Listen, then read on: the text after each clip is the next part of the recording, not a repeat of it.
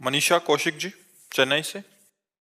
राधे राधे महाराज जी। महाराज जी, आपके चरणों में कोटि कोटि प्रणाम। महाराज जी, आपके श्रीमुख से सुना है कि नाम जप करने से हृदय जलता है तो पाप नष्ट होते हैं, परंतु महाराज जी मुझे नाम जप करते हुए बिल्कुल भी अभी जलन नहीं हो रही। क्या मेरे पाप नष्ट नहीं हो रहे महाराज जी? अभी अभी उस कोटि का नाम जप नहीं हो रहा। अभी उस कोटि का नाम जप नहीं हो रहा। जब एकाग्रता पूर्वक नाम जप होने लगेगा तो एक असंतुष्टता पैदा होगी, एक ताप पैदा होगा, जो कुछ अच्छा नहीं लगता। सब कुछ भस्म होना शुरू हो जाता है। पाप, वासनाएं, संस्कार और अच्छे सद्गुण प्रकट होने शुरू हो जाते हैं। हृदय में एक जब आनंद प्रकट होगा, फिर भगवान का रूप प्रकट होगा, फिर भगवान का साक्षात्कार हो जाएगा, जीवन का पूरा हो गया। तो प्रथम जब होता है तो अभी उस कोटि का नाम जब कहाँ हो रहा है। और बढ़ाओ नाम जप, जितना अधिक बढ़ाओगे उतना ही वो अपना प्रभाव दिखाता चला जाएगा। जैसे हम एक दो कवल कई दिन के भूखे हों और एक दो कवल भोजन करके तो कुछ समझ में आएगा क्या? कम से कम आधा पेट भोजन हो तब समझ में आएगा कि हाँ, खीर कैसी है, पूड़ी कैसी है, सब्जी कैसी है। एक दो कवल तो केवल भरने मात्र की जरूरत रहेगी। एक दो कवल करके रुकवा दिया जाए, आपसे पूछा जाए आपको कैसा लगा, तो आपको हो गया बुरा लगा। इससे तो अच्छा था ना पाते तो चैन थी। जब पाना शुरू किया तो पाने दो।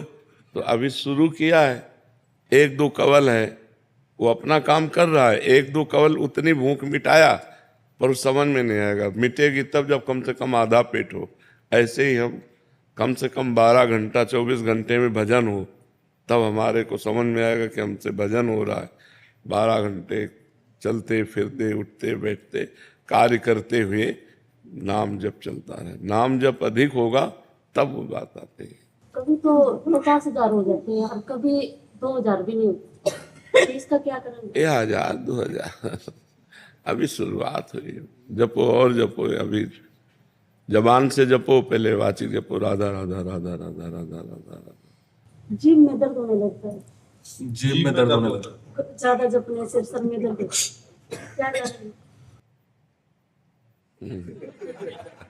पर 5 घंटा अगर बताना पड़े तो जबान नहीं दर्द करेगी। नहीं, और लड़ाई लड़नी पड़े तो राधा नाम में जबान दर्द कर ले।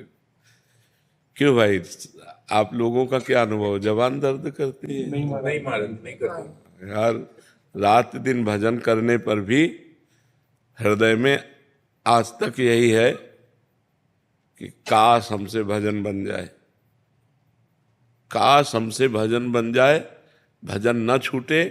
जितना भजन होता है वो सब थोड़ा लगता है और हो जाए, और हो जाए, और हो जाए। आनंद आता है। जवान थोड़ी दर्द करते हैं। शुरुआत में थोड़ा पाप है ना, पापवंत कर सहज स्वभाव, भजन मूर्ति भावन काऊ। जो पाप हैं वो भजन में नहीं लगने देते।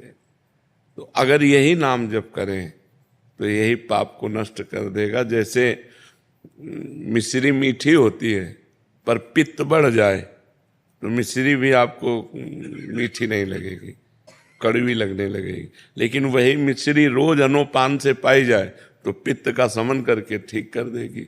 ऐसे ही नाम जप अच्छा नहीं लगता, मन नहीं लगता। लेकिन वही नाम जप यदि नियम पूर्वक किया जाए तो मन को आनंद आने लगेगा, पाप भस्म हो जाएंगे। पाप के करे 1,000 2,000, हमारी कोई श्वास खाली न जाए, ऐसे भजन करें तब भजन का रंग आएगा। अभी तो बहुत पहाड़ जैसे पाप जमा है जन्म जन्मांतर के, इसलिए ऐसे। तरुण मिश्रा जी।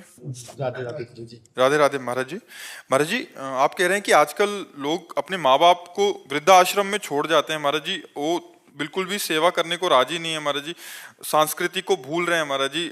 आप समाज में वयोवृद्धों की सेवा करते हैं? 22 आश्रम है मेरे, जो बुजुर्ग होते हैं उनको रोड से रेस्क्यू करके उन्हें मैं रखता हूँ। आप जवान हो करके और वयोवृद्धों की सेवा करते हैं, ये बहुत बड़ा सौभाग्य आपका है। बस उद्देश्य सही रहे, उद्देश्य ना भटकने पावे, कहीं उसकी आड़ में अपनी वासनाओं की पूर्ति ना की जाए, तो ये बहुत बड़ी तपस्या है। क्योंकि जिन वृद्धों की वो अवस्था है कि कोई भी नज़दीक खड़े होना नहीं चाहता, उन वृद्धों को आप गोद में उठा के लाते हैं और अस्पताल ले जाते हैं, उनकी दवाई कराते हैं, उनको वस्त्र भोजन देते हैं, वास की भी व्यवस्था है।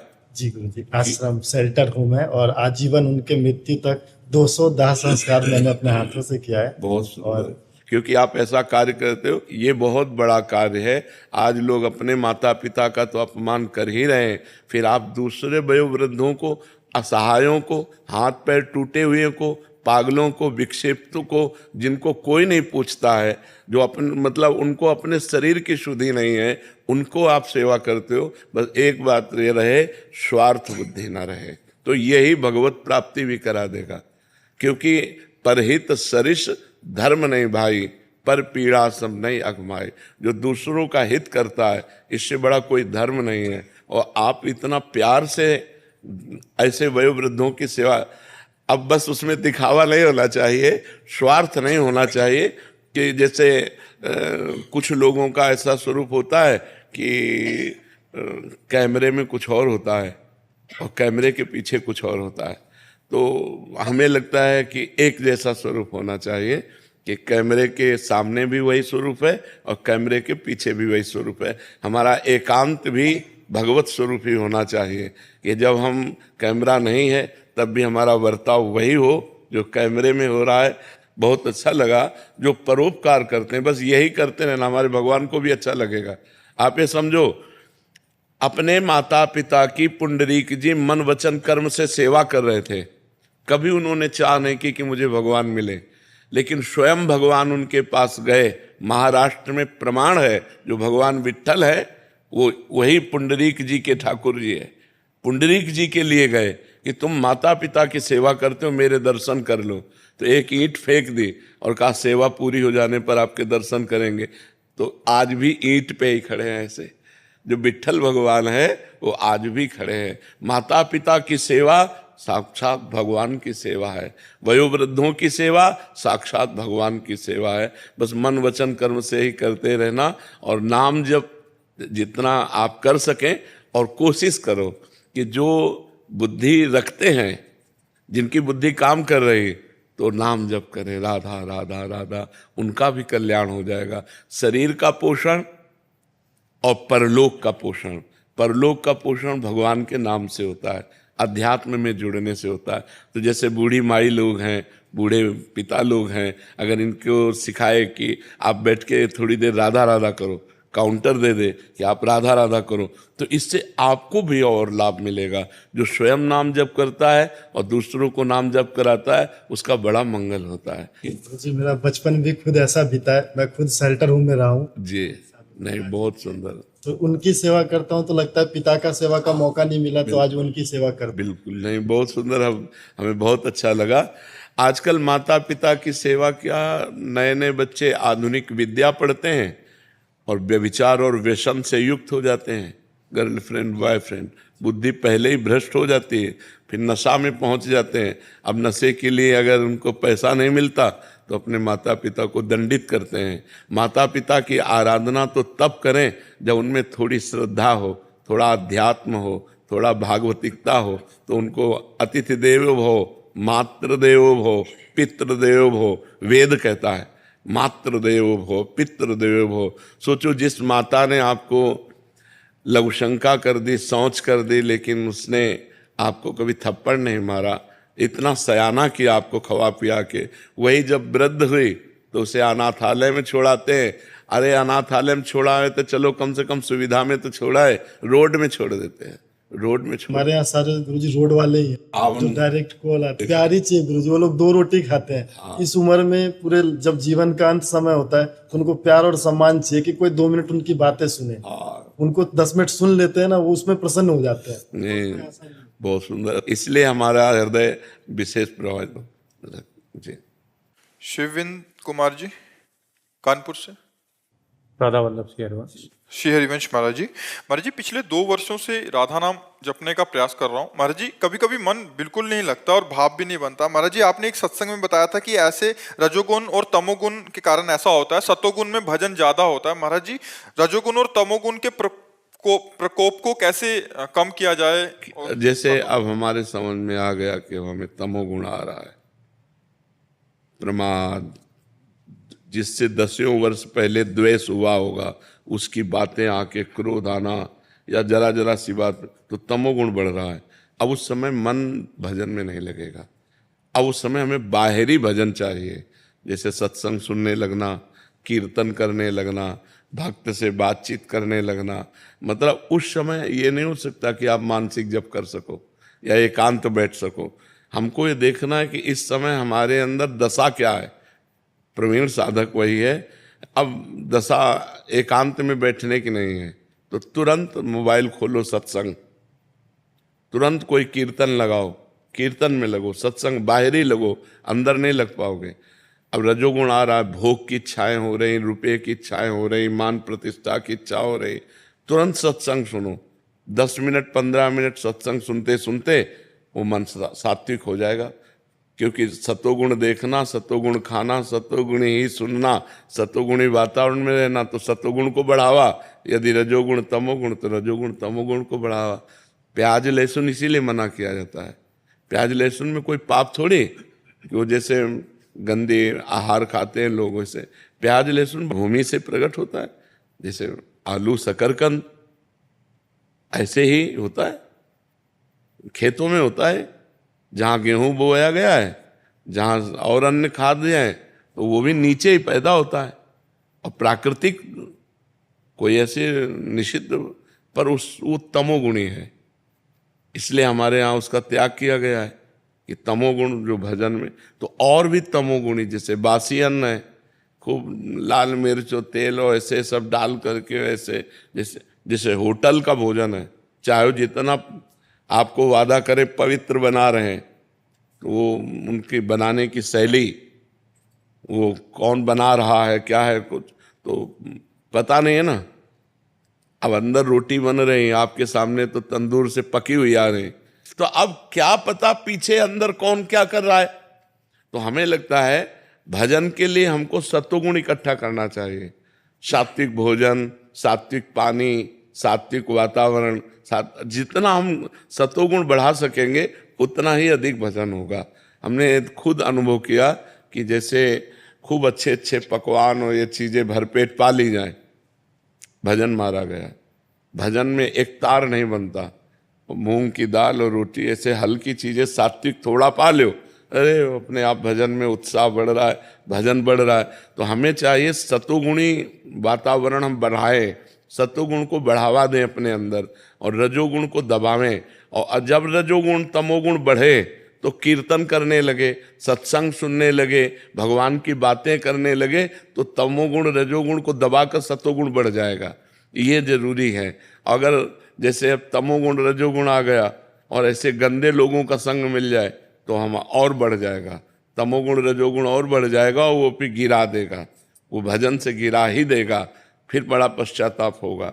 जैसे अब अंदर भोग की वासना प्रकट हो रही और गंदा मोबाइल दृश्य देखने लगो, गंदे लोगों से मिलो, तो मिटिया मेट कर देगा। गंदी बात आ रही है, अब अच्छी बात देखो। कोई भगवान की लीला देखने लगो, लीला का भी तो अभिनय हुआ, जैसे रामचरित का अभिनय हुआ, महाभारत का अभिनय, मतलब किसी तरह मन हम भगवान में लगावें। वो अंदर नहीं लगेगा, बाहर लगेगा, बहिर्मुख लगेगा। तो बहिर्मुख साधन रखे जाते हैं। अब जैसे भगवान की कृपा से अब तमोगुण रजोगुण का क्या, इनका तो कोई महत्व ही नहीं रह गया, मतलब इनकी सत्ता ही नहीं रह गई है। जैसे अपने अंदर है ना, अब इनकी सत्ता ही नहीं रह गई, न सतोगुण की, न रजोगुण की, न तमोगुण की। सत्ता भगवान की सिर्फ रह गई। अब कोई सत्ता नहीं रह गई कि यार हमारे अंदर रजोगुण आ गया, अब ये देखे वो सुने, वो सब ना कुछ देखना ना कुछ सुनना, बस जो अंदर चल रहा है उसी को देखना, उसी को सुनना। तो पहले हमें अभ्यास करना पड़ता है। जब रजोगुण तमोगुण आवे तो सतोगुण को बढ़ावा दो और भगवान नाम कीर्तन करो। 10 मिनट में तमोगुण रजोगुण खत्म। आप देख लेना, कभी नाम कीर्तन शुरू कर दो और 10 मिनट में कंट्रोल हो जाएगा। रजोगुण तमोगुण और सतोगुण आ जाएगा, और फिर भजन में बैठ जाओ, देख लो मन भजन में लगने लगेगा। भजन के पहले एक दो पद गाओ चतुराशी जी के हैं, या भगवान नाम कीर्तन करो और फिर जप में बैठो, तो उससे शांति ज्यादा मिल जाएगी, क्योंकि एकदम भाव हमारा बनेगा पवित्र भाव, और पवित्र भाव से फिर भजन में लगे रहो। और ये मार्ग ऐसा है कि घाटा तो इसमें है ही नहीं। मान लो बेमन आप कह रहे हो राधा राधा राधा, तो फल आपको वही मिलेगा, फल आपको वही मिलेगा। और बिल्कुल भजन में मन नहीं लग रहा और भजन में नहीं हो रहा और भजन के लिए बैठे हो, तो फल आपको वही मिलेगा जो भजन का है। जैसे एक लेबर को लाओ आप सुबह, 500 रुपया वो लेता है, और कहे तो बैठ जाओ, बैठा दो, शाम के कहो चलो जाओ, तो कहेगा 500 लाओ। बोले कैसे दे, तुम तो बैठे रहे हो। तो बोले तुम सुबह से आप लेके आए? हाँ, आप हमको लाए हो, हाँ काम करवा लेते 500 लेगा कि ले। तो ऐसे ही अपने लोग भजन में बैठे हैं, भगवत कार्य में। अब भजन नहीं हो रहा है तो भी भजन का फल मिलेगा, क्योंकि भगवान ईमानदार मालिक है, भगवान बेईमान नहीं है, समझ रहे हो ना। इसलिए निश्चिंत हो जाओ, भजन का मार्ग ऐसा है, इसमें घाटा तो है ही नहीं। आप भजन के लिए माला लिए बैठे हो, लेकिन भजन में मन नहीं लग रहा, आनंद नहीं आ रहा, आपको परिणाम वही मिलेगा जो एक भजन का परिणाम होता है। और परिणाम जब आएगा तो भजन में मन लगने लगेगा, भगवान में चित्त जुड़ जाएगा। ज्ञानेंद्र सिंह जी सीकर से। सीताराम गुरु जी। राधे राधे महाराज जी। गुरुदेव, जब आत्मा मनुष्य का शरीर छोड़ती है तो वो सूक्ष्म शरीर के साथ अपने कर्मों को भोगती है। उसके पश्चात मान लेते हैं कि वो आत्मा एक पशु या पक्षी के शरीर में जन्म लेती है। अब जब वो आत्मा पशु या पक्षी का शरीर भी छोड़ती है, तो क्या अब वो आत्मा अपने पूर्व के मनुष्य जीवन के कर्मों को भुगतने जाएगी या तुरंत दूसरी योनि में बात, एक दो जन्म के अपने तो कार्यक्रम जमा नहीं है, अनंत जन्मों के जमा है। जब से सृष्टि हुई, अब कोई तिथि तारीख आज तक किसी शास्त्र में नहीं लिखा कि सृष्टि कब से हुई, उसे अनादि कहते हैं।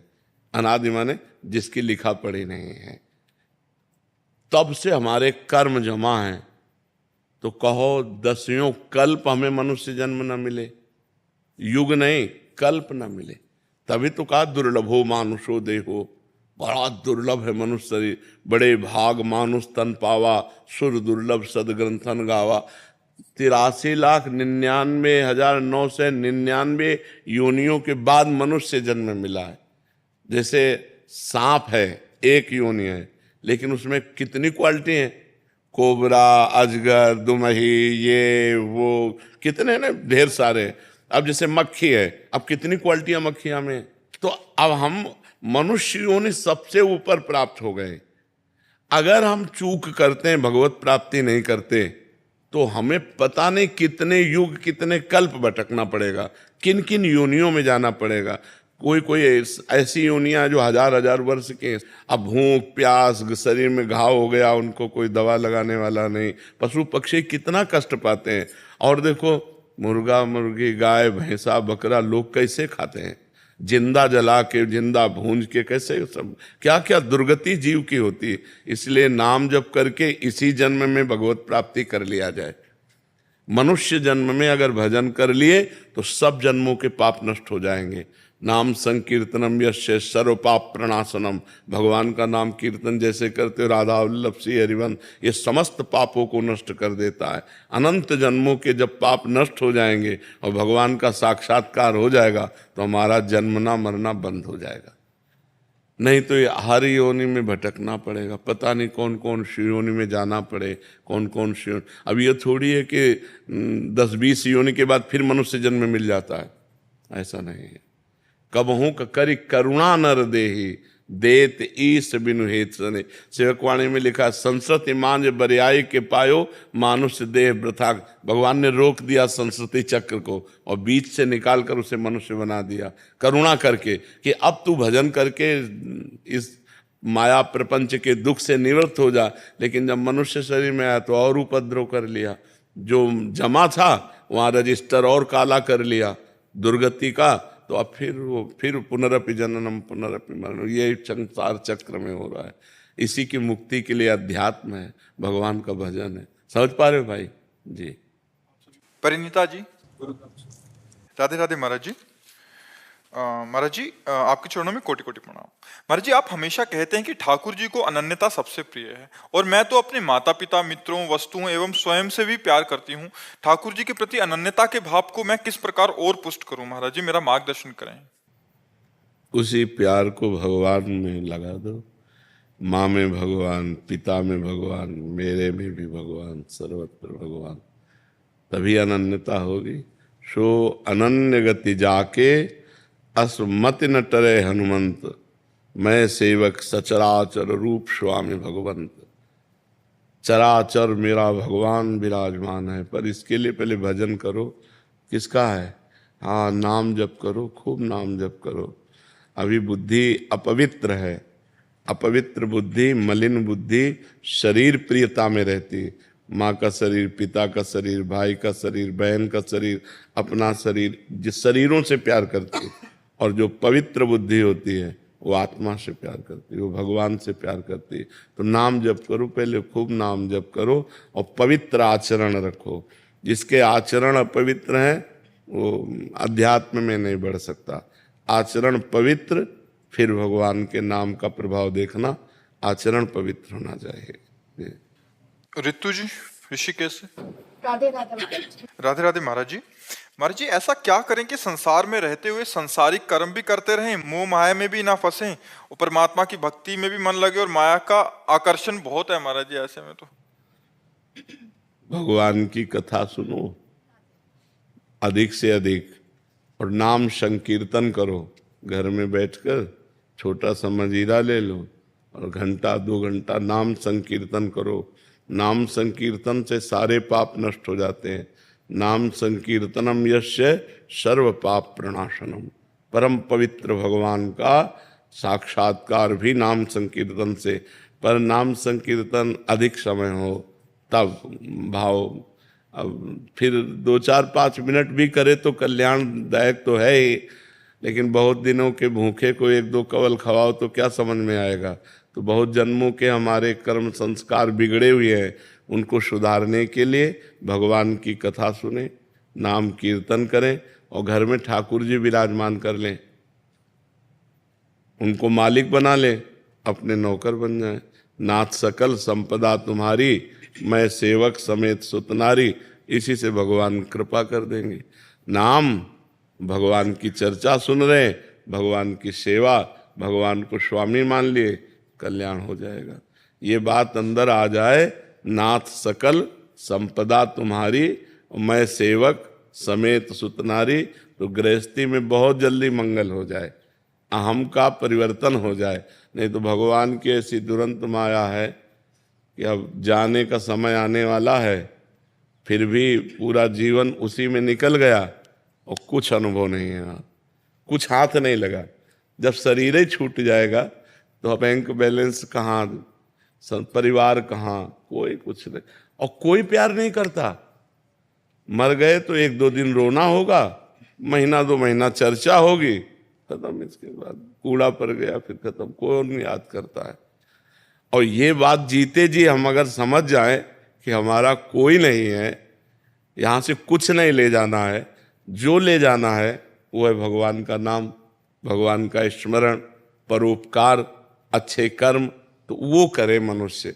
पर वो बुद्धि इतनी मलिन रहती है कि वो इसी प्रगट संसार के कार्यों को सत्य मानता है, और भगवान से विमुख पूरा जीवन व्यर्थ में नष्ट हो जाता है। बड़े भाग्यशाली वो जन हैं, उनके माता पिता धन्य हैं जिनकी ऐसी संतान है जो अध्यात्म में चल रहे हैं। अध्यात्म से संसार का कल्याण होता है, मंगल होता है। अगर एक गांव में एक भजनानंदी हो तो पूरे गांव का मंगल हो जाए, पूरे गांव का मंगल। अगर एक हमारा देश, भारत देश इसीलिए महान है, इसमें एक से एक यति सती महापुरुष एक से एक हुए हैं, भगवान का अवतार हुआ है। यहाँ की पावन नदियाँ हैं, गंगा